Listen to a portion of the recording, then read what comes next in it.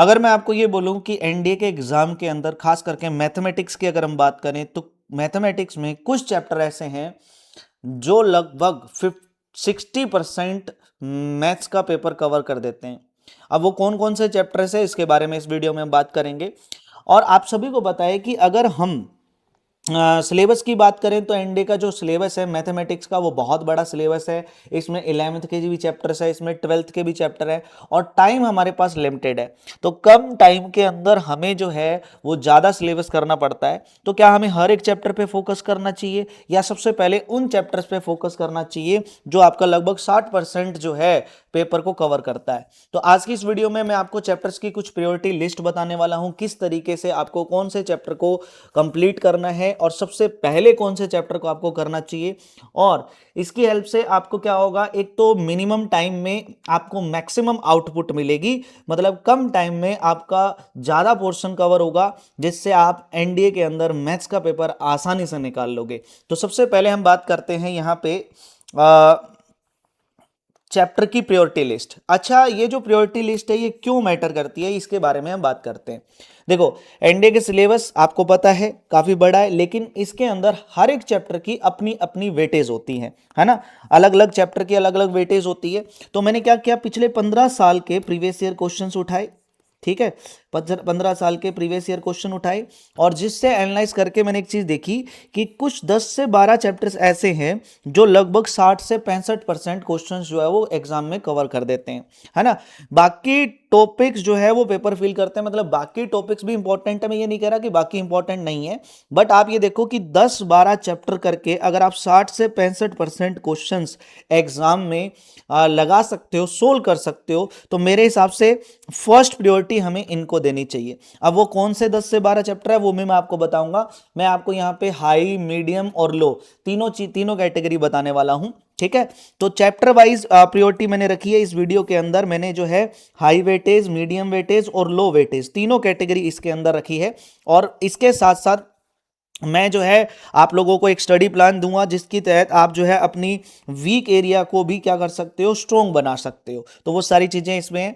तो सबसे पहले हम बात करते हैं फर्स्ट प्रायोरिटी, मतलब हाई वेटेज वाले की बात करें तो ये 10 चैप्टर ऐसे हैं जिनकी वेटेज जो है वो एनडीए के एग्जाम में हाई रहती है और ये फर्स्ट प्रायोरिटी में आपके होने चाहिए। इन 10 चैप्टर को आपको सबसे पहले बात करना है। हम बात करें मैट्रिक्स एंड डिटर्मिनेंट की तो लगभग 8 से 10 क्वेश्चन इसके एग्जाम में आते हैं, गारंटेड है।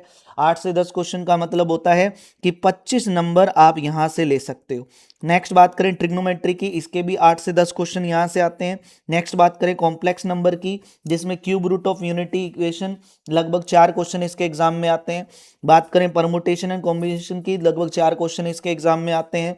प्रोबेबिलिटी 8 से 10 क्वेश्चन, स्टैट्स 8 से 10 क्वेश्चन, कोऑर्डिनेट ज्योमेट्री मतलब स्ट्रेट लाइन और कोऑर्डिनेट सिस्टम 6 से 7 क्वेश्चन इसके आते हैं। Sequence and series, vector 3D, vector के 5 क्वेश्चन आते हैं और 3D के 5 क्वेश्चन आते हैं, 10 क्वेश्चन इसके आते हैं। और ये मोस्ट रिपीटेड एनडीए टॉपिक है, मतलब इसमें कोई नया क्वेश्चन नहीं आता, इसमें प्रीवियस ईयर क्वेश्चन ही रिपीट होता है, याद रखना, ठीक है। फंक्शन चैप्टर जिसके 6 से 7 क्वेश्चन एग्जाम में मिलते हैं। बाकी फंक्शन की इंपॉर्टेंस ये है कि ये कैलकुलस के बाकी चैप्टर्स में भी यूज होते हैं। तो ये हाई प्रायोरिटी वाले चैप्टर हैं, मोस्ट स्कोरिंग और मोस्ट, इनको आपको क्या करना है, मस्ट प्रिपेयर फर्स्ट, सबसे पहले इन्हीं चैप्टर्स को आपको प्रिपेयर करना है। तो इनको हाई प्रायोरिटी पे आप रखो, इन चैप्टर्स को सबसे पहले कंप्लीट करो। कितने दिन में कंप्लीट करना है वो भी बताऊंगा। सेकेंड हमारे पास आते हैं मीडियम प्रायोरिटी पे, मतलब सेकंड प्रायोरिटी आपकी ये होनी चाहिए, limits, continuity, derivative, application of derivative, binomial, quadratic equation. तो सेकंड प्रायोरिटी में आपको इनको रखना है। और थर्ड है आपकी लो प्रायोरिटी, आप इन चैप्टर्स को कर भी सकते हैं, आप इन चैप्टर्स को स्किप भी कर सकते हैं, कोई ज़्यादा फर्क नहीं पड़ेगा। अगर आप करना चाहें तो कर दीजिए, पिछले कुछ टाइम से इनके क्वेश्चंस बहुत ही कम आ रहे हैं, तो आप इन चैप्टर्स को स्किप भी कर सकते हैं, कोई दिक्कत की बात नहीं है, ठीक है। तो इनको आप लो प्रायोरिटी पे रख सकते हो, कोई दिक्कत नहीं है। अगर लास्ट में भी पढ़ लोगे, थोड़ा थोड़ा एक एक 2-2 दिन भी दे दोगे कोई तो भी चल जाएगा काम, अगर आप नहीं भी करोगे तो भी काम चल जाएगा। तो मैंने आपको यहाँ पे 10 चैप्टर की लिस्ट ये बताई और 5 चैप्टर की लिस्ट ये बताई, तो टोटल हो गए 15 चैप्टर्स, ठीक है, जिनको आपको करना ही करना है। डन। अब एक चीज और है, ध्यान सुनो, यहाँ पे ये 10 फर्स्ट प्रायोरिटी हो गई, ये 5 हमारी सेकेंड प्रायोरिटी हो गई। अब देखो, how to study this priority list. अब इसको हमें पढ़ना कैसे है, तो आपको 3 स्टेप करने हैं जी। सबसे पहला फर्स्ट स्टेप, फर्स्ट 60 डेज में मतलब 60 दिन के अंदर आपको जो हाई प्रायोरिटी वाले चैप्टर्स हैं इनको क्या कर लेना है, कंप्लीट कर लेना है और इनके टेस्ट लगा लेने हैं, ठीक है। नेक्स्ट 30 डेज के अंदर आपको जो मीडियम चैप्टर्स मैंने बताए हैं उनको कंप्लीट कर लेना है और उनके भी प्रीवियस ईयर क्वेश्चंस की प्रैक्टिस कर लेनी है। लास्ट के 15 दिन आपको रखने हैं रिवीजन के लिए और फुल लेंथ मॉक टेस्ट के लिए।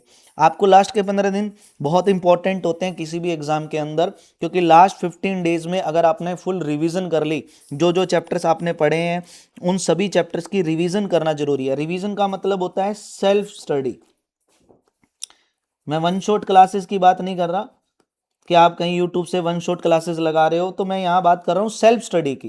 तो आप सेल्फ स्टडी मतलब खुद से पढ़ोगे उतना ज़्यादा बेनिफिट होगा। तो लास्ट के 15 डेज आपको रिवीजन पे फोकस करना है। हर एक चैप्टर को कंप्लीट करने के बाद उसके प्रीवियस ईयर क्वेश्चन लगाने हैं, ठीक है। 2 हफ्ते बाद आपको एक फुल लेंथ मॉक टेस्ट लगाना है ना, ये चीज़ ध्यान रखना। टॉपर्स इसी साइकिल को फॉलो करते हैं, ये याद रखना। रिवीजन के टाइम फॉर्मूला नोटबुक आपको मेंटेन करनी रहेगी, क्योंकि आपके फॉर्मूला नोटबुक जो है वो बहुत इंपॉर्टेंट है, रिवीजन करने में आसानी होगी। मतलब शॉर्ट भाषा में हम कह सकते हैं कि आपके पास शॉर्ट्स में नोट्स होने चाहिए, है ना, टॉपिक वाइज, ठीक है। तो फॉर्मूला बुक आपको बढ़िया तरीके से मेंटेन करनी है, इस हिसाब से अपने चैप्टर्स को आपको कंप्लीट करना है।